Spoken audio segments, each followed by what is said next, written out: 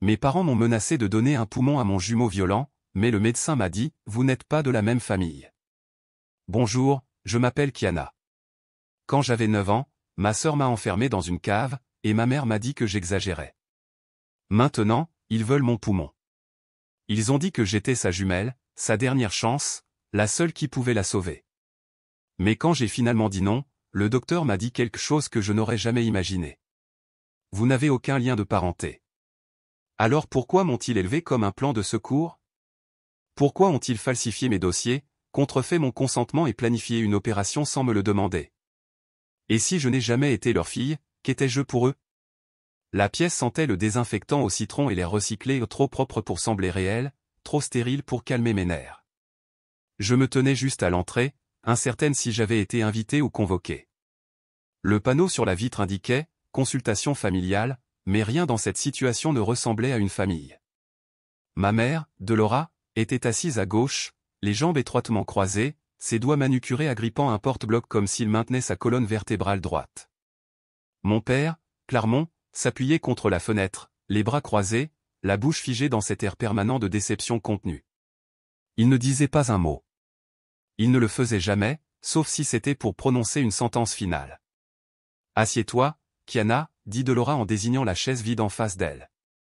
Sa voix était enveloppée de ce ton tendu et poli qu'elle utilisait lorsque nous étions en public ou sur le point de briser quelque chose de sacré. Je m'assis lentement. Mes mains étaient froides, même si l'air ne l'était pas. Nous devons parler de ta sœur, commença-t-elle, comme si le sujet était anodin, quelque chose qu'on aborde au brunch. La fonction pulmonaire de Varla a de nouveau chuté. Les médecins disent que son temps est compté, mais il y a encore une chance. Tu es compatible. Elle fit glisser le porte-bloc sur la table. Je ne le touchais pas. Nous te demandons d'envisager d'être sa donneuse. Un poumon. Ce n'est pas mortel. Tu peux vivre une vie pleine avec un seul. Je regardais le formulaire, un langage formel, des clauses de non-responsabilité, des signatures déjà apposées, la sienne et celle de mon père. Mon nom était le seul espace vide. Vous ne faites pas que demander, n'est-ce pas? Delora soupira brusquement. Kiana, ne rend pas les choses plus difficiles qu'elles ne le sont. Je fixai le stylo qu'elle avait posé sur la page. Il ne s'agissait pas seulement d'un poumon. Il s'agissait de ce que j'avais toujours été dans cette maison, la solution de rechange, l'ombre, le plan B qui a persisté. Si tu ne fais pas ça, dit enfin mon père, sa voix comme du béton, les gens le sauront. Tout le monde saura quel genre de fille tu es. Delora se pencha en avant. Nous avons déjà parlé avec l'hôpital. Ils sont prêts quand tu le seras. Quand je le serai, répétai-je, la gorge sèche. Vous voulez dire maintenant? Vous voulez dire que vous vous attendez à ce que je signe ça et que je passe sous le bistouri parce que Varla peut rester la princesse et que je dois être la pièce de rechange? La voix de Delora trancha la mienne, vive et douce. Ce n'est pas juste. Nous vous avons élevé de la même manière. Nous vous avons donné la même éducation, la même maison. Non, dis-je. Vous lui avez donné le monde et m'avez donné la culpabilité si je ne le soutenais pas. La mâchoire de mon père se crispa. Delora se leva. Si tu ne veux plus faire partie de cette famille, dis-le simplement. Mais ne nous fais pas passer pour des monstres parce que nous essayons de sauver la vie de ta sœur. Je me levai aussi. Mes jambes ne tremblaient pas. C'était nouveau. J'ouvris la porte et sortis dans le couloir, tenant toujours le porte-bloc. À l'extérieur de la salle de consultation, le hall était animé. Des infirmières poussant des chariots, des patients qui attendaient. Je continuai à marcher jusqu'à ce que j'atteigne le centre de l'espace ouvert et je m'arrêtai. J'aurais dû partir, j'aurais dû donner le papier à quelqu'un, le jeter dans une poubelle, sortir mais je me figeai. Derrière moi, j'entendis les talons de Delora se rapprocher en tapotant. « Tu vas vraiment la laisser mourir ?» Sa voix portait, et c'était intentionnel. « C'est ta jumelle, lança-t-elle, plus fort maintenant. Vous êtes nés ensemble. Vous avez tout partagé, et maintenant tu ne veux même pas partager un morceau de ton corps pour la sauver. » Les gens se retournèrent. Je vis un homme tenant son enfant faire une pause. Une infirmière leva les yeux de sa tablette. Quelqu'un chuchota. Je ne dis rien parce que j'avais appris que dans cette famille, le silence signifiait la survie. Delora se mit à côté de moi, éleva la voix juste assez. Vous vous entendez? Elle laisse mourir sa sœur. Sa propre sœur. Je pouvais sentir les regards, le jugement moral collectif d'inconnus. Personne ne demanda ce qui s'était passé. Personne ne demanda ce que Varla avait fait. Personne ne demanda si j'avais le choix. Un coin du porte-bloc glissa de ma main. Le formulaire vola jusqu'au sol, le papier atterrissant à mes pieds comme des confettis jetés d'un défilé dont je n'avais jamais fait partie. Delora se pencha, le ramassa, le tendit à nouveau. Signe, Kiana. Fais ce qu'il faut. Sois la bonne fille. Je la regardais. Vraiment regardais. Pas seulement le maquillage ou la veste de créateur. Je regardais la femme qui s'était tenue à côté de mon lit d'hôpital une fois quand j'avais une pneumonie et qui était tout de même partie tôt pour assister au récital de danse de Varla. Vous ne m'avez jamais demandé ce que je voulais, dis-je. Vous avez seulement demandé à quoi je pouvais vous servir. Son visage vacilla, juste un instant. J'ai été le plan de secours toute ma vie. Celle que vous appeliez quand elle échouait. Celle qui restait silencieuse, polie, utile. Mais vous n'avez pas le droit de demander mon corps. Pas cette fois. Les yeux de Delora s'assombrirent. Tu le regretteras. J'ai regretté presque tout ce à quoi j'ai dit oui dans cette famille. Peut-être qu'il est temps que j'essaie le nom. Je tournai les talons et m'éloignai. Pas encore hors de l'hôpital, mais assez loin. Peu m'importait s'il me suivait. Peu m'importait si les gens jugeaient.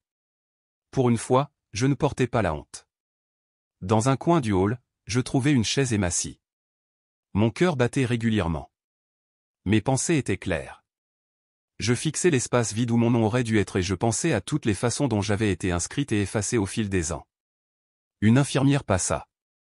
Elle ne dit rien, me fit juste un signe de tête qui ressemblait à un fil qui se nouait, et non qui se coupait. Je regardais en arrière vers le couloir où Delora et Clermont étaient allés. Je pouvais encore entendre de faibles murmures, des disputes peut-être. Je saisis un mot, tutelle. Tutelle légale. Mon estomac se noua. Il ne demandait pas mon consentement. Il planifiait comment le contourner. Je serrai ma poitrine, non par peur de l'opération, mais parce que soudain, je sus qu'il ne s'agissait pas de poumons. Il ne s'agissait même pas de sauver Varla. Il s'agissait de possession. Et à ce moment-là, je sus qu'il ne s'agissait pas seulement de mes poumons. Il s'agissait de contrôle.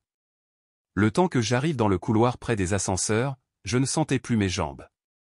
Pas à cause de la peur ou de la fatigue, juste quelque chose de plus proche de l'engourdissement, comme si mon corps avait décidé qu'il ne voulait plus porter le poids de tout ce qu'il venait d'entendre. Je m'appuyais contre le mur sous un tableau de paysage aux couleurs douces et fermais les yeux.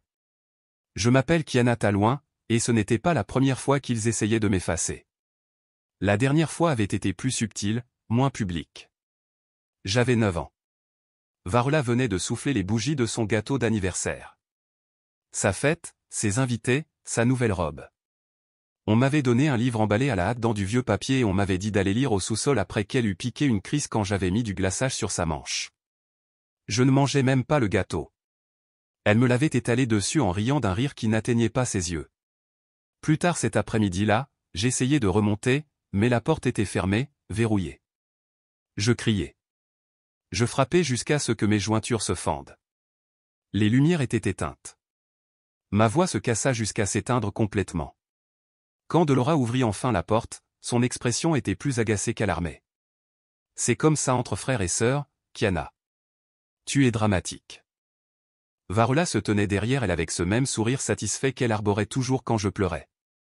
À l'époque, je pensais que j'avais peut-être fait quelque chose de mal, trop parlé, trop essayé, demandé trop de place dans une maison qui n'avait jamais appartenu qu'à une seule fille. Ce souvenir se mêlait au présent alors que je me tenais dans le couloir de l'hôpital, le porte-bloc toujours à la main, une ligne de signature vide me dévisageant comme une accusation. Kiana.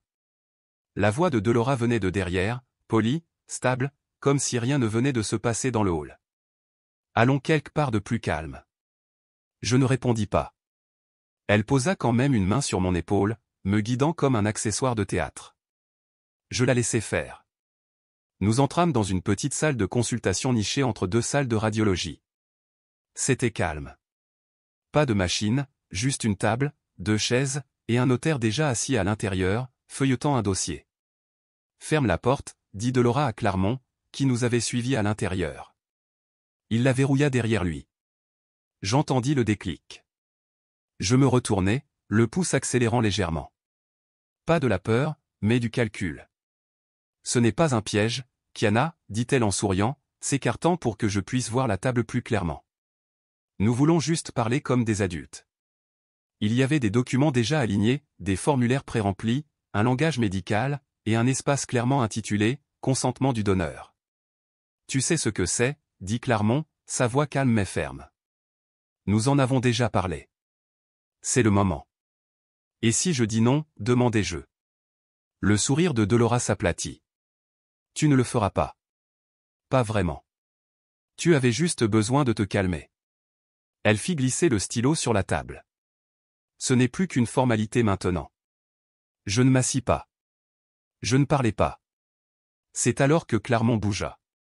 Pas vite. Mesuré. Délibéré. Il se plaça de nouveau devant la porte. Ne rendons pas ça plus difficile que nécessaire, dit-il. Je ne signe rien, leur dis-je. Le visage de Dolora tressaillit. Tu ne penses pas clairement. Tu es contrarié. Tu es embarrassé par ce qui s'est passé tout à l'heure. Je comprends. Non, vous ne comprenez pas, dis-je, la voix basse. Son ton devint plus vif. Si tu sors d'ici sans signer, nous irons voir la presse. Nous dirons à tout le monde que tu as abandonné ta sœur quand elle avait le plus besoin de toi. Je hochai lentement la tête, reculant d'un pas, tant pis pour la famille. C'est alors que Clarmont frappa la table de sa paume. Le son claqua dans la pièce comme un pistolet de starter. Avant que je puisse réagir, il s'approcha de moi et me gifla. Pas avec fureur, pas avec une rage incontrôlée, mais avec précision. Dolora ne cria pas. Elle ne se précipita pas pour l'arrêter. Au lieu de cela, elle marcha à mes côtés, ramassa le stylo et attrapa mon poignet. « Tu dois faire ça », murmura-t-elle, sa voix calme, comme si elle donnait des instructions pour le coucher. « Tiens juste le stylo. » Signe. J'essayais de me retirer, mais Clarmont était juste derrière moi. Il m'encerclait, épaule contre épaule, tandis que Dolora me fourrait le stylo dans la main et le poussait vers le papier. Ma main tremblait, mes doigts se recroquevillaient dessus. La lumière d'un appareil photo de téléphone s'alluma. Le notaire, qui n'était plus un simple spectateur passif, tenait l'appareil, filmant. « Kiana, dit Dolora doucement. Dis-leur que tu signes de ton plein gré. » Je me tournai vers la caméra. Ma voix était creuse. Ce n'est pas un consentement. Ils n'arrêtèrent pas de filmer. Je ne me souviens pas avoir lâché le stylo. Je me souviens juste de la ligne rouge sur mon poignet là où Dolora avait serré trop fort. Je me souviens avoir reculé en titubant et Clarmont me laissant partir, presque suffisant, comme si nous venions de conclure une transaction. En quittant la pièce, je frôlai une infirmière qui se tenait juste à l'extérieur. Elle me jeta un coup d'œil, puis à la porte d'où je venais. Ses lèvres s'entr'ouvrirent comme si elle allait demander quelque chose, mais elle ne le fit pas. Dans les toilettes, je me regardai dans le miroir. Une marque rouge s'épanouissait sur ma joue. Une autre sur mon poignet. Je pris une profonde inspiration, du genre que l'on prend avant une longue nage, sachant qu'on ne remontera pas à la surface avant un moment. Il ne s'agissait pas d'un don. Ça ne l'avait jamais été. Il s'agissait de possession, de moyens de pression, d'une histoire qu'ils avaient construite avec moi comme sacrifice final. Je me lavai les mains à l'eau froide. Ma peau me piquait. Je séchai mes paumes et cherchai dans mon sac le formulaire que j'avais volé plus tôt, celui qu'ils ne savaient pas que j'avais encore. Au bas de la deuxième page, quelque chose attira mon attention, un nom que je ne reconnaissais pas. Dr Meredith Quinn. Je n'avais jamais rencontré de Dr Quinn, je n'avais jamais été examiné par elle. Pourtant, le formulaire indiquait que je l'avais approuvé pour l'autorisation chirurgicale. Mon cœur ne s'emballa pas. Il sombra lentement, lourdement. Parce que je comprenais maintenant, ils n'allaient pas attendre que je sois d'accord. Ils avaient juste besoin que les papiers donnent l'impression que je l'étais. Je m'assis par terre, le carrelage frais sous moi manquant plus que toute autre chose de la journée. Je sortis mon téléphone, pris une photo du formulaire et me l'envoyai par courriel avec pour objet « Ça n'a jamais été à moi ». Je fixai l'écran un long moment avant de murmurer la vérité à voix haute. Ils n'ont pas demandé ma permission. Ils avaient juste besoin de ma signature. La pièce devint floue sur les bords alors que je restais là, fixant toujours ce document modifié, essayant de me convaincre que ce que je venais de découvrir n'était pas aussi grave que ça en avait l'air. Mais la tension aiguë dans ma poitrine dit la vérité en premier. Je n'étais pas paranoïaque. Je ne me souvenais pas mal. Ils avaient ajouté ma signature numériquement. Je pliai le papier une fois, avec précaution, comme s'il pouvait brûler si je bougeais trop vite, et le glisser dans la poche latérale de mon sac à main. Mes jambes me portèrent sans demander où nous allions. D'une manière ou d'une autre, je me retrouvai à l'étage administratif près du poste des infirmières, juste à l'extérieur du bureau du coordinateur chirurgical. Ce n'était pas une décision consciente. C'était l'instinct. Quelque part au fond de moi, je savais que je devais l'entendre de quelqu'un qui ne portait pas mon nom de famille. Le docteur Castillet était penché sur un écran d'ordinateur quand je frappais doucement au cadre de la porte de son bureau. Il leva les yeux lentement, son regard scrutant mon visage avant de s'adoucir très légèrement. « Kiana » dit-il en se levant. « Ça va ?»« Pas vraiment » répondis-je, la voix égale. « Je dois parler du dossier. » Il me fit signe de m'asseoir. Le bureau était calme, les murs tapissés de certificats, de diplômes et d'une photographie encadrée de lui et de sa famille au bord de ce qui semblait être un lac. Je me demandais brièvement ce que c'était que d'appartenir à des gens qui ne mentaient pas.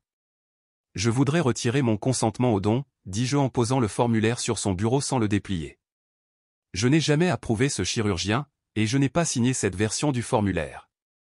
Il ne demanda pas pourquoi. Il se tourna simplement vers son moniteur, tapa quelques touches et afficha mon profil. Kiana Talouin, sœur jumelle, Varlaï. Il fit une pause, le front plissé. Il regarda de plus près, se pencha, puis tourna légèrement le moniteur vers moi. « Il y a quelque chose d'étrange ici, dit-il. Donnez-moi une seconde. » Je regardai ses yeux parcourir l'écran, sa mâchoire se crispait. Puis il se pencha en arrière dans sa chaise et croisa les mains. « Kiana, dit-il lentement. Vous n'êtes pas répertorié comme un parent biologique. » Je le fixai. « Que voulez-vous dire ? » Je veux dire, j'ai revérifié votre génétique. Votre dossier, vos résultats de tests originaux d'il y a 6 mois, indiquent clairement aucun lien de parenté biologique avec Varlaï. Vous n'êtes pas apparenté par le sang. Quelque chose en moi ne se brisa pas. Ça ne s'est même pas fissuré. Ça s'est juste immobilisé, comme un lac gelé en plein vent. Je vois, parvins-je à dire. Pas une question, pas un cri, juste un souffle. J'ai vérifié une deuxième fois quand j'ai vu votre nom comme donneuse, ajouta-t-il. Mais votre mère a dit que vous étiez un ajout tardif au dossier et que vous n'aviez pas encore été testé. Elle a insisté sur le fait que vous étiez juste lente à accepter. Je le regardai et souris, mais ça n'atteignit pas mes yeux. Ils ont menti. Elle a menti. Je peux signaler cela pour une révision juridique, offrit-il. Mais cela déclenchera le protocole. Vous êtes sûr ? Je hochai la tête. Oui. Nous restâmes assis en silence pendant une autre minute avant que je ne me lève. Merci, docteur Castillet. En sortant dans le couloir, le monde ne semblait pas plus calme. Il semblait plus net, plus éveillé, plus réel. Mes pieds me portèrent devant des chambres où des gens s'accrochaient à l'espoir, se tenaient la main, pleuraient dans des oreillers. Et j'étais là, détenant une vérité qui aurait dû me détruire, mais qui rendait tout plus clair. Je passais devant une famille de 4 personnes dans le hall. Les parents aidaient leur fils à ajuster les bretelles de son sac à dos. Il ne devait pas avoir plus de 10 ans. La mère embrassa son front en riant doucement. Le père lui ébouriffa les cheveux et lui tendit une brique de jus. Je n'avais jamais eu un moment comme celui-là. Même pas de loin. Je réalisais que je n'étais pas seulement la mauvaise donneuse. J'étais la mauvaise fille. Ou peut-être jamais leur fille du tout. Plus loin dans un autre couloir, après les ascenseurs, je sentis quelqu'un me frôler le coude. Une infirmière, plus âgée, grande, les cheveux argentés rentrés sous sa coiffe, me glissa quelque chose dans la main sans s'arrêter. Je me retournai pour voir, mais elle était déjà partie. Dans ma paume se trouvait une enveloppe Kraft scellée. Sur le devant, en petite écriture, avant que ce ne soit effacé de nouveau. Je me faufilai dans un placard de rangement plus loin dans le couloir, fermai la porte et allumai la lumière. À l'intérieur de l'enveloppe se trouvaient 3 choses, une photocopie de mon certificat de naissance, un test ADN estampillé, privé, du registre national, et un document d'annulation de contact d'urgence listant Delora comme tutrice unique, effectif jusqu'à mes 30 ans. Je m'assis sur un bac de fournitures renversé, les jambes tremblantes. L'air dans la pièce semblait rare, comme s'il ne m'appartenait pas non plus. Les résultats ADN correspondaient à ceux que le docteur Castillet venait de mentionner. 0 lien génétique avec quiconque de la famille Aïe. Pas même un marqueur partagé de 2%. Mes yeux parcoururent les numéros d'identification médicale, les eurodatages, les sceaux d'authentification, tous valides. Mon certificat de naissance ne mentionnait ni Delora ni Clermont. 2 noms inconnus me fixaient depuis les lignes « mère » et « père ». La date de naissance était la même, mais l'hôpital indiqué était différent, un hôpital de comté, pas celui, privé, où j'avais toujours cru être né. Le document d'annulation fut le coup de grâce. Delora l'avait signé des années auparavant, s'octroyant une autorité légale totale sur toute décision médicale en cas d'urgence, d'incapacité de consentement ou de procédure critique. Il n'y avait pas de date d'expiration. Ils n'avaient pas seulement prévu de passer outre mon « nom ». Ils avaient structuré toute mon existence pour effacer la possibilité même de ce « nom ». Le stylo glissa de ma main. Je pressai les papiers contre ma poitrine comme si les tenir près de moi les empêcherait de disparaître comme tout ce que je pensais savoir. C'est là, dans ce placard sombre entouré de gants en latex et de vieilles serpillières, que je me suis permis de réaliser la vérité. Je n'avais pas fait partie de cette famille. J'avais été un plan d'urgence. Je ne criais pas. Je ne sanglotais pas. Au lieu de cela, je pliai doucement les papiers, déchirai le coin inférieur du certificat avec mon nom dessus, et le glissai dans ma chaussure. Parce que quand on n'est plus la fille de quelqu'un, on commence à garder des preuves. Et c'est comme ça que j'ai cessé d'être leur fille. Le dossier dans ma chaussure appuyé contre mon pied pendant que je marchais. Chaque pas était un rappel que tout ce que j'avais cru sur ma famille était brisé. Je ne pleurais pas. Je ne tressaillis même pas. Je marchais droit vers les ascenseurs, appuyé sur le bouton du rez-de-chaussée et quittai l'hôpital sans regarder en arrière. C'était le crépuscule quand je me garais dans l'allée de la maison des Aïe. Le ciel était barbouillé d'orange et de violet délavé, cette lumière intermédiaire qui rend tout plus doux qu'il ne l'est. La pelouse était toujours parfaitement tondue, les haies taillées comme si elles avaient été sculptées avec des outils dentaires. Mais quelque chose dans la maison me semblait maintenant être un accessoire, comme un décor de cinéma sans rien derrière les murs. Delora et Varla étaient encore à l'hôpital, ce que j'avais confirmé par texto avec une amie infirmière. Clermont était probablement dans son bureau à domicile où il passait la plupart des soirées à siroter du scotch en prétendant que sa famille n'avait pas été construite sur des secrets. Je ne frappais pas. J'entrais directement comme si j'y avais encore ma place. La maison était silencieuse, trop silencieuse. Je passai le vestibule, le miroir antique, le piano à queue intacte, et me dirigeai vers le bureau au bout du couloir. La porte était légèrement entr'ouverte, la lumière filtrant par-dessous. Je fis une pause, écoutant. Aucun son. Quand j'entrai, je vis ce à quoi je m'attendais. Clermont n'était pas là. Mais l'odeur de son eau de Cologne flottait dans l'air, vive et amère, comme l'homme lui-même. Je traversai la pièce et ouvris le tiroir inférieur de son bureau. Il grinça légèrement. À l'intérieur, des dossiers, des déclarations de revenus, des contrats immobiliers. Mais je n'étais pas là pour les affaires. J'étais là pour les squelettes dans le placard de cette maison, pour ainsi dire. Je me dirigeai vers l'armoire murale derrière son bureau. Elle était verrouillée, mais je connaissais la combinaison. Je l'avais entendue une fois quand j'avais 13 ans et que je faisais semblant de ne pas écouter. Son anniversaire et le mien. J'entrai les chiffres. Ça cliqua. À l'intérieur se trouvaient plusieurs enveloppes étiquetées. L'une d'elles se démarquait, couleur crème, épaisse, estampillée, confidentielle, comité d'éthique. Je la sortis lentement, comme si elle pouvait mordre. Pas de poussière. Récemment manipulée. J'ouvris l'enveloppe et en sortis le contenu. 4 pages, soigneusement dactylographiées, agrafées ensemble. L'entête indiquait « Comité d'éthique médicale de WakeMed, daté du 19 avril 1998 ». Mes yeux parcoururent rapidement, de plus en plus vite, puis plus lentement à mesure que les mots commençaient à prendre sens. Préoccupation exprimée concernant les implications éthiques de l'adoption d'un enfant pour une compatibilité potentielle de dons d'organes. Demande de présélection de nourrissons sur la base du groupe sanguin et des marqueurs tissulaires. Rejeté au motif de motivation d'adoption non thérapeutique. La lettre n'était pas vague. Ce n'était pas sous-entendu.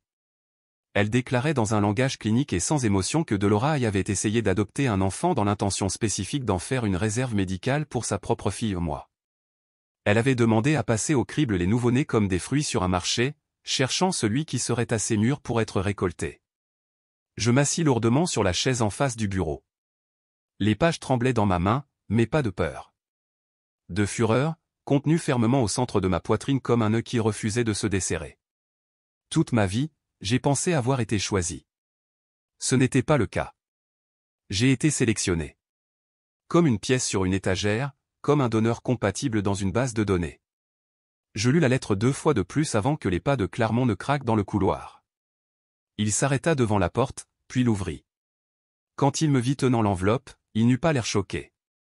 Il n'eut même pas l'air désolé. « Je vois que tu as fouillé », dit-il en entrant et en fermant la porte derrière lui. C'était inévitable. Je ne me levai pas. Je ne la lui tendis pas. Je le fixai simplement. « Vous saviez, dis-je. Vous l'avez laissé faire ça. » Il ne répondit pas immédiatement. Il se dirigea vers le petit chariot dans le coin et se versa un verre. « Aucune offre pour moi. Nous avons fait ce que nous devions faire, dit-il doucement. Varela avait besoin d'un donneur compatible. Et moi j'avais besoin d'une famille, répliquai-je. Cela le fit marquer une pause. J'avais 9 ans quand j'ai réalisé que vous l'aimiez plus, continuai-je, mais j'étais assez grande pour espérer que vous mentiriez mieux à ce sujet. Il s'avère que vous n'avez même pas essayé. Il se tourna alors vers moi, verre à la main, les yeux vides. Il ne s'agissait pas d'amour. Il s'agissait de survie. Non, dis-je. Il s'agissait de commodité. Vous m'avez élevé parce que je correspondais au groupe sanguin. Il s'assit enfin en face de moi. Tu ne serais pas là si ce n'était pas pour nous. Vous voulez dire en vie? Demandai-je. Ou dans cette pièce en train de vous dire que je sais tout? Sa mâchoire se crispa. Tu ne connais pas toute l'histoire. J'en sais assez, dis-je en me levant. Je sais ce que cette lettre signifie. Je sais que je n'ai jamais été votre fille. J'étais votre plan B. Il sembla vouloir dire quelque chose d'autre, mais ne le fit pas. Peut-être parce que rien de ce qu'il pourrait dire ne ressemblerait plus à de l'amour. Je sortis de cette pièce avec l'enveloppe toujours à la main. Je montai à l'étage dans ce qui était autrefois ma chambre. Je n'y avais pas dormi depuis des années, mais elle sentait toujours la même chose, des sachets de lavande que Delora insistait pour fourrer dans mes tiroirs, comme si l'odeur pouvait effacer le rejet. Je sortis un sac de voyage du placard et commençai à faire mes bagages. Pas tout, juste assez. Je ne fuyais pas. Je ne me cachais pas. Je me retirais d'une maison qui n'avait jamais vraiment eu de place pour moi. Je laissai l'album photo sur l'étagère. En bas, je trouvai un bloc-notes sur le comptoir de la cuisine. J'écrivis 6 mots et le laissai là où Delora le verrait en premier, je ne suis pas votre police d'assurance. Puis je pris la lettre et mon sac, redescendis le couloir et me dirigeai vers la porte d'entrée. Clermont attendait dans le vestibule. Il ne me bloqua pas. Il ne m'arrêta pas. « Où iras-tu » demanda-t-il, la voix basse. Je le regardai, non avec haine, mais avec finalité. « Vous avez élevé une donneuse, dis-je. Pas une fille. » Et je suis parti. Je ne m'arrêtai de marcher que lorsque j'atteignis ma voiture. Même là, je ne conduisis pas. Je m'assis derrière le volant, les mains posées sur mes cuisses, fixant le pare-brise comme s'il pouvait se fissurer sous le poids de tout ce que je venais de dire. Il ne se fissura pas. Le monde extérieur resta parfaitement intact, ce qui, d'une certaine manière, rendit la fracture intérieure encore plus profonde. Je suis retourné à l'hôpital juste après le lever du soleil, non pas parce que je le devais, mais parce que j'avais besoin de la regarder dans les yeux. Varela, le centre de l'univers qui m'avait éjecté. Il était assez tôt pour que le parking soit presque vide, encore humide d'une pluie nocturne. L'air avait cette odeur propre et temporaire qu'il a toujours après une tempête, comme si la Terre essayait d'appuyer sur le bouton de réinitialisation. Mais je n'étais pas là pour recommencer à zéro. J'étais là pour finir quelque chose. À l'étage, les infirmières du bureau me reconnurent. Elles ne posèrent pas de questions. Je n'en offris aucune. L'une d'elles me désigna la chambre 615 avec un regard qui était à la fois de sympathie et de prudence. Je hochai la tête et marchai. La chambre de Varela était dans un coin, une suite privée avec vue. Bien sûr que ça l'était. Je frappai une fois avant d'entrer, non par politesse, mais pour m'assurer qu'elle me voyait venir. Elle était assise dans son lit, entourée d'oreillers, une couverture douce sur ses jambes, et pas un seul fil ou machine en vue. Ses cheveux étaient coiffés, un maquillage léger, comme si elle attendait une équipe de tournage, pas qu'elle se remettait d'une insuffisance d'organes. Quand elle me vit, sa bouche se retroussa, non pas en un sourire, mais en quelque chose de plus petit, une lueur d'amusement. Alors, dit-elle en lissant le bord de sa couverture. Tu as enfin décidé de jouer ton rôle. Je ne m'assis pas. Je ne me rapprochai pas, je ne suis pas là pour donner quoi que ce soit, dis-je. Commençons par là. Elle haussa un sourcil. Tu as toujours été si dramatique. Je le pensais aussi, lui dis-je. Il s'avère que je ne faisais que réagir au fait d'être invisible. Elle pencha la tête. Tu n'es pas invisible. Tu es juste en arrière-plan. Je laissai l'insulte passer comme le vent à travers une moustiquaire. Je sais tout, Varla. Les dossiers, l'adoption, les documents d'annulation. J'ai même vu la lettre du comité d'éthique. Elle ne s'y a pas, et tu as été élevé pour ça, dit-elle d'un ton neutre. Nous l'avons tous été. Tu ne le savais juste pas. Non, répondis-je, la voix stable. J'ai été élevé en croyant que j'avais une famille. Il s'avère que je n'étais qu'un plan d'urgence. Elle haussa les épaules. C'est toujours mieux que rien. Pas vraiment, dis-je. Parce que maintenant je sais, et savoir signifie que je peux choisir. Elle regarda par la fenêtre. Tu penses que ça change quelque chose? Ils me protégeront toujours. Ils arrangeront l'histoire comme toujours. Et tu seras toujours celle qui a le problème. Peut-être, admis-je, mais je préfère être le problème que la marionnette. Elle ne dit rien, et ce silence, pour une fois, ne lui appartenait pas. Je me tournai pour partir mais fis une pause à la porte. Tu ne possèdes plus mes choix. Je ne suis pas une pièce de rechange. Je ne suis pas une location, et je ne suis certainement pas ta solution. De retour dans le couloir, je vérifiai mon téléphone. Une notification clignotait en haut de l'écran. Un courriel du service juridique de l'hôpital. Je l'ouvris sans réfléchir. En pièce jointe se trouvait un document intitulé « Amendement au trust de la famille Aïe ».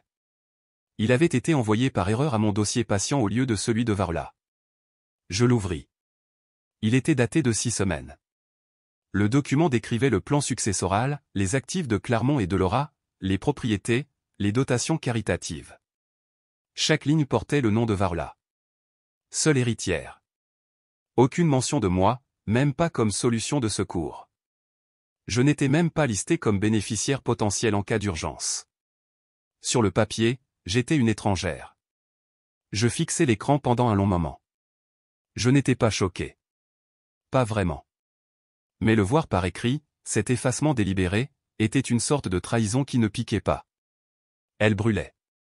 Je transférai le courriel à mon compte personnel, l'archiver et le supprimer de l'application de l'hôpital. Personne ne pourrait dire que je l'avais imaginé. Personne ne pourrait me traiter d'émotive. J'avais des preuves maintenant. Je me dirigeai vers la réception, rendis mon badge de visiteur et demandai à l'infirmière de service de me retirer comme contact d'urgence. Elle sia. Vous êtes sûr? Oui, dis-je. S'il lui arrive quelque chose, je ne suis pas la personne à appeler. Elle hocha la tête et fit les changements dans le système. Je sortis dans le hall. L'espace semblait plus grand maintenant, pas plus vide, juste plus libre, comme si j'avais enfin arrêté de traîner des chaînes derrière moi. À l'autre bout du hall, une infirmière installait un podium près de la salle de presse. Une équipe de tournage apportait des lumières.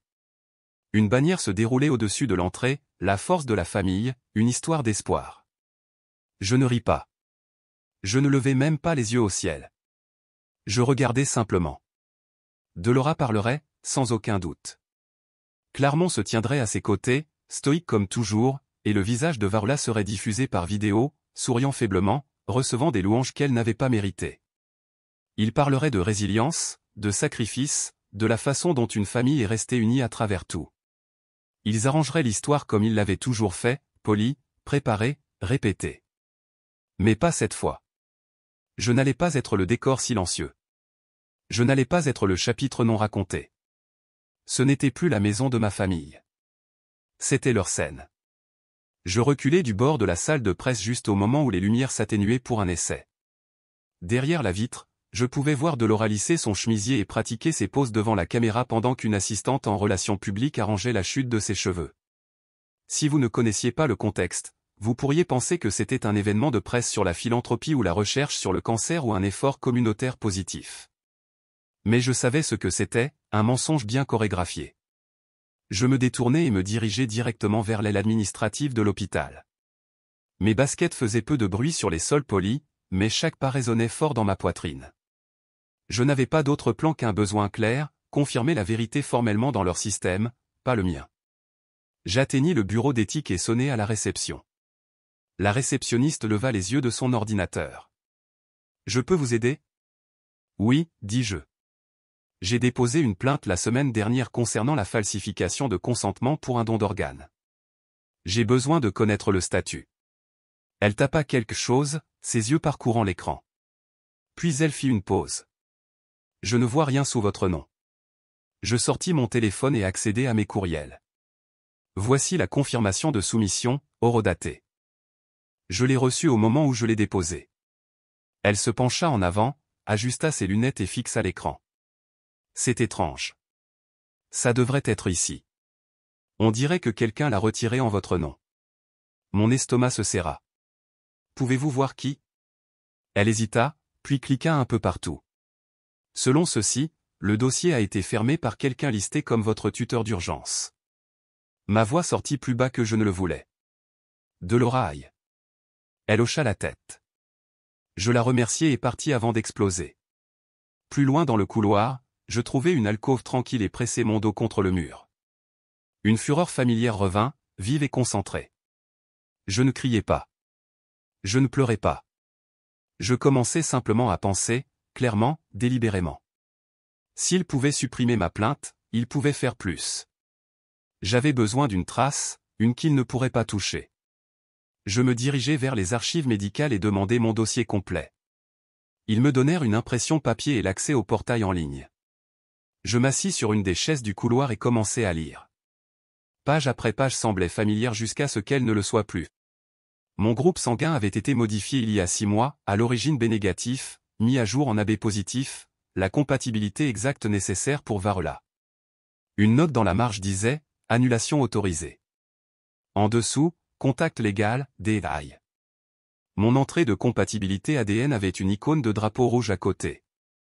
Je tapais pour l'agrandir. Annulation manuelle appliquée, lisait-on. Test signalé mais approuvé pour une autorisation temporaire. Mes mains étaient immobiles. Ils ne m'avaient pas seulement menti. Ils avaient réécrit mon identité dans le système de l'hôpital. Si Delora pouvait changer quelque chose d'aussi concret que mon groupe sanguin, qu'avait-elle touché d'autre? J'ouvris mon téléphone et composai un numéro d'assistance juridique que j'avais enregistré des mois auparavant mais que je n'avais jamais eu le courage d'appeler. Une voix répondit, calme, mesurée, merci d'avoir appelé Wake Saf Legal. Comment puis-je vous aider? Mon nom est Kiana Talouin. J'appelle au sujet d'une affaire potentielle impliquant la falsification de dossiers médicaux, un consentement contrefait et un abus de tutelle. La femme au bout du fil prit mon nom et mes coordonnées, puis demanda, avez-vous des preuves que ces actions ont été prises sans votre autorisation? Oui, j'en ai, dis-je. Des archives numériques, des copies papier, des signatures modifiées et de la correspondance. Seriez-vous prête à nous envoyer un résumé et les documents pour un examen initial? Oui, mais je veux que ce soit inattaquable. Si je vais de l'avant, je veux qu'ils le sentent. Il y eut une pause, puis un petit rire doux et compréhensif. On dirait que vous avez déjà commencé à monter votre dossier. C'est le cas. Je terminai l'appel et me dirigeai vers la salle informatique de l'hôpital.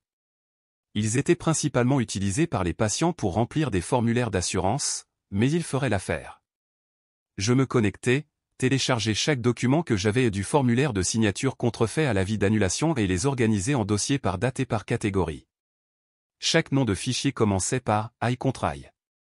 J'étiquetai un dossier « falsification », un autre « contrefaçon » et le dernier « effacement ». Chaque fichier avait une capture d'écran correspondante et un court résumé. Je vérifiai les horodatages. J'ai même téléchargé la lettre du comité d'éthique que j'avais trouvée dans le coffre-fort de Clermont. Quand j'eus fini, j'exportais des sauvegardes cryptées et envoyais des copies à 3 adresses électroniques différentes, dont une que je n'avais pas utilisée depuis des années. Elle était ancienne, sous un pseudonyme que j'avais utilisé pour les demandes d'admission à l'université quand j'avais commencé à soupçonner que je n'étais pas vraiment celle qu'il disait que j'étais. J'imprimais des copies papier et les glissais dans un dossier épais que j'étiquetais au marqueur noir, plan d'urgence. Il était un peu plus de midi quand je me levai, rassemblai le dossier et retournai vers l'aile principale. Près du couloiret, je vis Delora parler à un représentant des relations publiques de l'hôpital. Son ton était léger, animé, comme une femme répétant pour son prochain acte. Elle fit un geste vers la salle de presse. Je passai lentement devant eux. Elle m'aperçut au milieu d'une phrase et s'arrêta.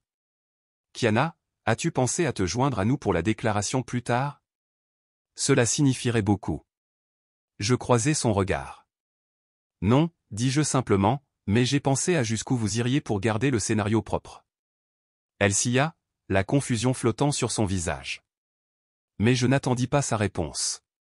Je me retournai et continuai à marcher, le dossier sous mon bras, lourd mais honnête. S'ils voulaient la guerre, je leur en donnerais une avec une trace écrite. Le dossier était encore chaud quand je le remis.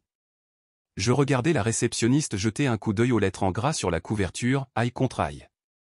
Elle ne posa pas de questions, hocha juste la tête une fois et le glissa dans le bac du courrier juridique sortant derrière son bureau. Cet acte seul me sembla plus fort que n'importe quelle dispute que j'avais jamais eue avec Delora. Ce n'était plus une bataille. C'était un dossier. Je sortis dans la lumière grise du petit matin. La brise avait une légère morsure, et le parking gardait encore le froid de la pluie de la nuit dernière. Les vitres de ma voiture étaient striées, captant le soleil levant sous des angles étranges. Je ne montai pas tout de suite. Au lieu de cela, j'ouvris mon téléphone et fixai le message qui était arrivé dans ma boîte de réception juste après minuit. L'objet disait « Vous ne me connaissez pas, mais je les connaissais. » Pas de salutation, juste un nom que je ne reconnaissais pas, Dr Samuel Abrams, et une seule phrase, « J'ai gardé quelque chose que je n'aurais pas dû. » Il avait laissé un numéro de téléphone et le nom d'un petit restaurant sur Glenwood, juste à côté de l'avenue principale. Il disait qu'il y serait à 8 heures. Il était 7h42. Je montai dans ma voiture. Le trafic était léger. Le centre-ville de Raleigh ne s'était pas encore complètement réveillé, et les routes me donnaient le temps de réfléchir, mais pas trop. Je me garai devant le restaurant et le vis tout de suite. Il était assis dans une banquette près de la fenêtre, sirotant une tasse de café et feuilletant une enveloppe Kraft. Il se leva quand j'entrai. « Mademoiselle Talouin. »« Oui, dis-je. » Il avait l'air plus âgé que ce à quoi je m'attendais, fin de la soixantaine, peut-être début de la septantaine. Ses cheveux avaient presque disparu, mais sa présence était intacte. Stable. Il désigna la banquette en face de lui.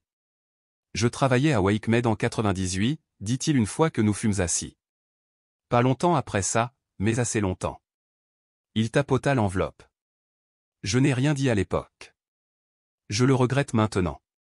Il sortit une lettre pliée, du papier vieilli, un texte dactylographié, des plis profonds comme une lettre lue et relue et cachée pendant des décennies.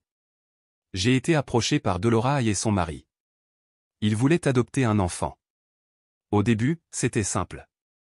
Puis elle a demandé si l'enfant pouvait avoir son groupe sanguin déterminé avant le placement. Elle a dit que c'était important pour l'harmonie familiale future. Il me regarda droit dans les yeux. Mais ce n'est pas ce qu'elle voulait dire. Je ne dis rien. Elle voulait un enfant qui pourrait être un donneur compatible pour sa fille, non pas une sœur, mais une solution. Quand j'ai refusé de signer pour l'adoption, elle est devenue silencieuse, a souri, a dit qu'elle trouverait quelqu'un d'autre. Et elle l'a fait. Il poussa la lettre vers moi. C'était son refus écrit daté d'avril 1998. Y était jointe une copie de la demande originale de Delora où elle demandait les profils médicaux des nourrissons avant le placement. Elle n'aurait jamais dû être autorisée à t'adopter, dit-il. Et j'aurais dû parler plus tôt. Je pris les papiers et les plaçai soigneusement dans mon sac. Merci d'avoir gardé ça. Je ne l'ai pas gardé par courage, dit-il. Je l'ai gardé parce que je ne pouvais pas vivre en le détruisant.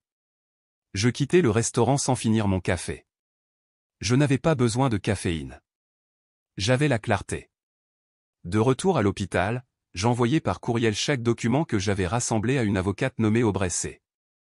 Elle m'avait été recommandée par le groupe de défense que j'avais appelé hier. Je joignis un résumé des événements, ajoutai des liens vers les dossiers médicaux modifiés, la plainte retirée, les documents successoraux, et maintenant la lettre du docteur Abrams. À midi, elle avait répondu « Nous déposons une plainte, comité d'éthique de l'hôpital, commission de discipline de l'État, et si nécessaire, une action civile. » Je répondis par 2 mots « Faites-le ». Pourtant, je n'avais pas l'impression d'avoir terminé. Pas encore. J'ouvris un compte de messagerie jetable et contactai une journaliste d'investigation locale que je suivais discrètement en ligne. Elle était connue pour son travail sur la fraude médicale et l'utilisation abusive des organisations à but non lucratif. L'objet de mon message était simple, vous devez voir ça. Dans le corps du message, j'écrivis, cette histoire a été fabriquée. Vous êtes sur le point d'entendre une version qui omet tout ce qui compte. Je fournis ce qu'ils ne fourniront pas, je joignis chaque fichier. À la fin, j'ajoutai, le mémo vocal est de moi. J'espère que vous l'écouterez. Puis je téléchargeai un enregistrement audio que j'avais fait ce matin-là. Juste 5 minutes. Ma voix stable, racontant l'histoire de mon côté, pas du leur. Je l'intitulai « Ils ont menti ». Après avoir cliqué sur envoyer, je fermai mon ordinateur portable et pris une profonde inspiration. Plus tard dans la journée, je retournai à l'hôpital par l'entrée ouest. Personne ne me remarqua au début, mais quand j'atteignis l'aile des relations publiques, une scène familière m'accueillit, Delora assise à une table de conférence, un responsable des communications de l'hôpital à sa gauche, un autre membre du personnel vérifiant les niveaux audio. Des caméras étaient déjà en position. Elle portait du bleu marine, sa couleur signature pour être « sérieuse mais gracieuse ».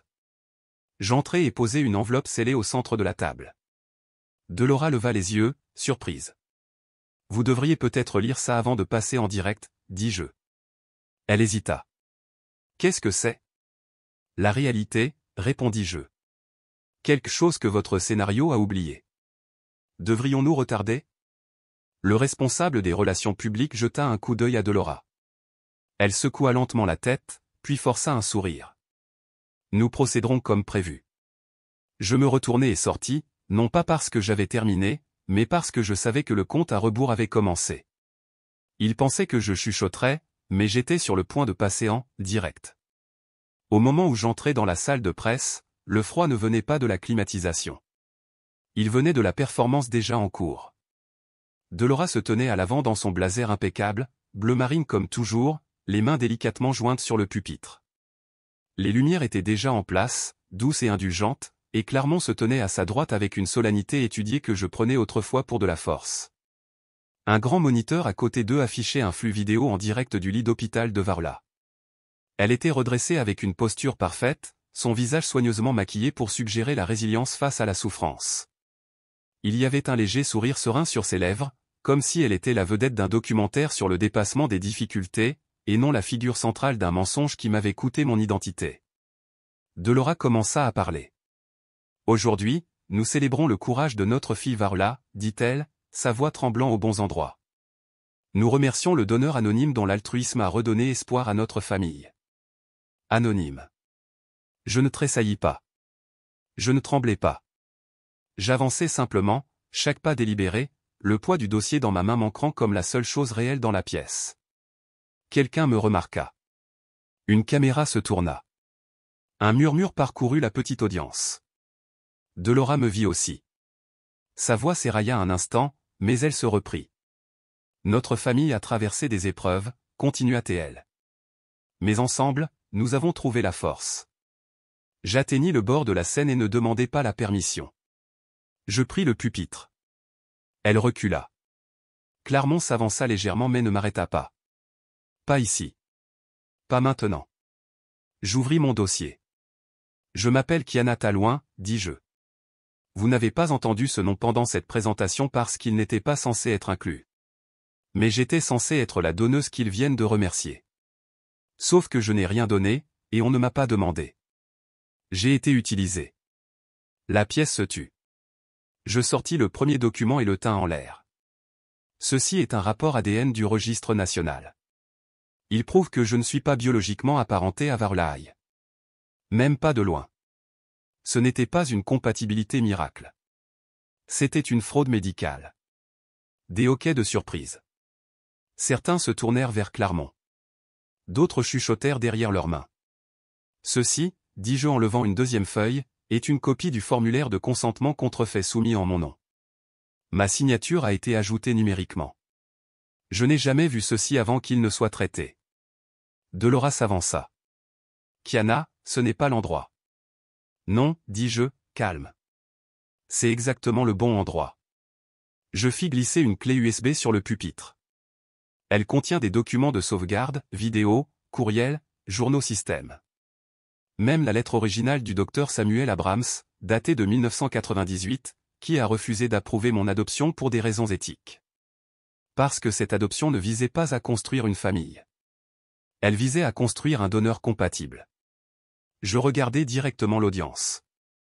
J'ai été adopté pour sauver quelqu'un, non pas pour être aimé, mais pour être utile. Delora vacilla. Sa main agrippa le côté du pupitre. Clarmont s'approcha d'elle, mais elle le repoussa d'un geste. Son visage pâlit. Une infirmière s'avança pour la soutenir. Le microphone grésilla alors que son corps s'affaissait, et en quelques secondes, elle fut doucement abaissée au sol. L'écran montrant le flux en direct de Varla s'éteignit. Pas de son, pas d'applaudissements, pas de protestation, juste le silence. Dans cet espace, je ne jubilais pas. Je ne célébrais pas. Je restais un instant de plus, puis je quittais la scène. À l'extérieur de la salle de presse, je me dirigeais vers le bureau d'éthique, où j'avais un suivi programmé avec l'équipe d'examen interne du comité. Ils attendaient. À l'intérieur, je fus accueilli par un panel de 3 personnes, leurs expressions illisibles, professionnelles. Nous avons examiné vos documents, dit l'un d'eux. Il y aura une enquête complète, avec effet immédiat. L'autorité légale de Clarmont et de Delora sur vos dossiers est suspendue. Ils ne sont plus considérés comme vos tuteurs légaux. Un autre ajouta, l'éligibilité de Varela à la transplantation sera réexaminée en raison de préoccupations concernant des activités frauduleuses associées à son dossier. Je hochai la tête. C'est juste. Ils me remercièrent d'avoir parlé. Je partis sans demander quand ils appelleraient la prochaine fois. Je n'avais pas besoin de leur calendrier. J'avais le mien. De retour dans le hall, l'infirmière qui m'avait fait un signe de tête tous ces jours auparavant attira de nouveau mon regard.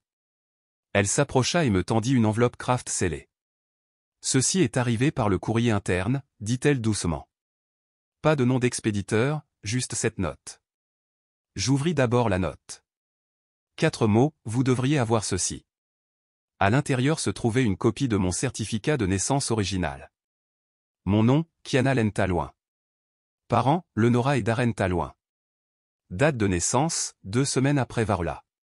Hôpital général du comté de Moore. Pawaikmed. Je fermai les yeux et inspirai lentement. Le nom me semblait juste, comme s'il avait attendu. Je repassai devant la salle de presse. Delora avait été emmenée aux urgences pour évaluation. Clarmont parlait au personnel à voix basse. Et Varla, elle n'était plus à l'écran. Aucun d'eux ne me regarda passer. Je m'en fichais. Cette fois, je ne marchais pas vite. Je marchais d'un pas assuré. Je sortis de ce bâtiment, non pas pour les laisser derrière moi, mais pour ne porter que ce qui était à moi. La porte de l'hôpital se referma derrière moi avec ce sifflement familier, et je continuai à marcher. Je ne jetai pas un regard en arrière. Je ne ralentis pas. Je n'en avais pas besoin car cette fois, il ne restait rien dans ce bâtiment que je n'avais pas déjà réclamé ou réduit en cendres. Les jours suivants passèrent en morceaux silencieux. Pas d'explosion, pas de déclaration publique, juste le temps s'étirant autour de moi, remplissant les espaces où le bruit avait l'habitude de vivre. J'emménageais dans un petit appartement en périphérie de la ville. Rien de luxueux, juste assez. Le genre d'endroit où le silence n'était pas hanté, mais curatif. Je peignis les murs dans des tons doux, achetai une bibliothèque d'occasion et la remplis de titres que je n'avais pas touchés depuis des années. Fini les grands couloirs où les sols carrelaient froid. Juste moi. Juste maintenant. Le courriel arriva un mardi matin. Objet, nous sommes peut-être sœurs. Le nom de l'expéditrice était Ariane Talouin. Je le fixai pendant 5 minutes avant de l'ouvrir. Bonjour, Kiana. Je m'appelle Ariane. J'habite à Tucson, en Arizona. Je sais que cela va paraître étrange, mais je crois que nous pourrions être biologiquement apparentés. J'ai été adopté à l'hôpital général du comté de Moore au début du mois de mai 1998. Je cherche des informations sur ma famille biologique, et votre nom est apparu grâce à une correspondance ADN mutuelle dans une base de données privée. Si vous êtes ouverte à en parler, j'aimerais partager ce que j'ai trouvé.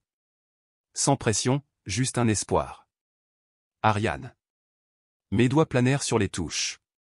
Puis je répondis, merci de m'avoir contacté. Je crois que vous avez raison. Parlons-en. Nous avons programmé un appel vidéo ce soir-là. Elle avait mes yeux aux couleurs différentes mais même forme, même fossette qui n'apparaissait que d'un côté quand elle riait. Il n'y avait aucune gêne, aucun besoin de forcer quoi que ce soit. Nous avons parlé pendant plus d'1 heure, pas seulement de lignées ou de dossiers, mais de musique et de souvenirs d'enfance et de ce que signifie construire une vie à partir des morceaux que l'on vous donne. À la fin de l'appel, nous avons toutes les deux convenu de soumettre des tests ADN complets. Les résultats sont revenus en moins de 48 heures. Compatibilité fraternelle complète. J'avais une sœur, une vraie. Ce week-end-là, je m'assis dans un parc tranquille de North Raleigh, attendant. Elle était arrivée tard la veille, et maintenant, alors que je la repérais traversant la pelouse, un lent sourire s'étira sur mon visage. Elle me fit un signe de la main avant de s'asseoir à côté de moi sur le banc. « Tu ressembles trait pour trait à maman », dit-elle. Je ne répondis pas tout de suite. Au lieu de cela, je sortis un morceau de tissu plié de mon sac. Une couverture de bébé délavée, jaune pâle, brodée de petites initiales, KLT. Elle a gardé ça, dit doucement Ariane. Elle a dit qu'elle n'avait jamais cessé de chercher. Le Nora arriva 5 minutes plus tard. Elle n'était pas ce que j'avais imaginé. Elle n'était pas radieuse ou brisée ou l'image de toutes les réunions de films parfaites. Elle était juste là, solide, réelle. Sa voix tremblait alors qu'elle s'asseyait. Je ne t'ai pas abandonné. Ils t'ont prise. J'ai essayé. Je jure que j'ai essayé. Mais ils ont menacé de me signaler comme inapte si je ne coopérais pas. J'avais 19 ans. J'étais seul. Mais je n'ai jamais cessé de chercher. Je la crus. Je ne pleurais pas. Je ne tendis pas la main pour une étreinte, mais je la crus. Elle me tendit une photo. Moi, nouveau-né. Ses bras enroulés autour de moi dans une blouse d'hôpital. Ses yeux sur cette image n'étaient pas écarquillés de peur. Ils étaient fixés avec un amour féroce, désespéré. Cette nuit-là, je dormis 10 heures d'affilée. Une semaine plus tard, je retournai à l'hôpital, non pas pour la confrontation, non pas pour la paperasse, mais pour clore le chapitre. Varla sortait de l'hôpital. J'attendis près des ascenseurs, et quand elle apparut, poussée dans un fauteuil roulant par une infirmière, elle me repéra immédiatement. « Tu es venu jubiler ?» demanda-t-elle, sa voix aussi vive que jamais. « Non, dis-je. Je suis venu demander pourquoi. » « Pourquoi quoi ? Pourquoi tu ne leur as jamais dit d'arrêter ?» Elle me regarda avec le même amusement détaché qu'elle avait toujours porté. « Parce que ça marchait. » Je hochai lentement la tête. « Et c'est pour ça que ça se termine avec moi. » Elle ne répondit pas. Elle n'avait pas à le faire. Je me retournai et partis. Plus tard ce mois-là, je déposai une demande de changement de nom légal, revenant à Talouin. Non pas parce que j'avais besoin de tout effacer, mais parce que je choisissais enfin quelque chose pour moi-même. Je commençais à faire du bénévolat dans un groupe de soutien pour adopter. Je racontais mon histoire. J'écoutais les autres. J'appris que la survie n'est pas la fin du chemin. C'est le début. Je n'essayais plus de défaire mon passé. Je construisais quelque chose à partir de lui. Un après-midi, je me retrouvais assise seule sur un banc dans le même parc où j'avais rencontré le Nora pour la première fois. Le ciel était ouvert, le vent doux, et le soleil assez bas pour adoucir les contours de tout ce qui m'entourait. Personne ne m'attendait, personne ne regardait. Et pour la première fois, cela ne ressemblait pas à de la solitude. Cela ressemblait à de la liberté. Je pris une profonde inspiration et l'expirai lentement. Je n'étais pas une fille par conception. Je le suis devenue par choix. Certaines familles ne sont pas bâties sur l'amour. Elles sont bâties sur le contrôle. L'histoire de Kiana nous rappelle que le silence n'est pas de la loyauté, et que le sang n'est pas toujours ce qui fait une famille. Parfois, s'en aller n'est pas une faiblesse. C'est la chose la plus courageuse que l'on puisse faire. Avez-vous déjà remis en question le rôle que votre famille vous a assigné ? Dites-le nous dans les commentaires. Et n'oubliez pas de vous abonner pour d'autres histoires vraies et puissantes comme celle-ci.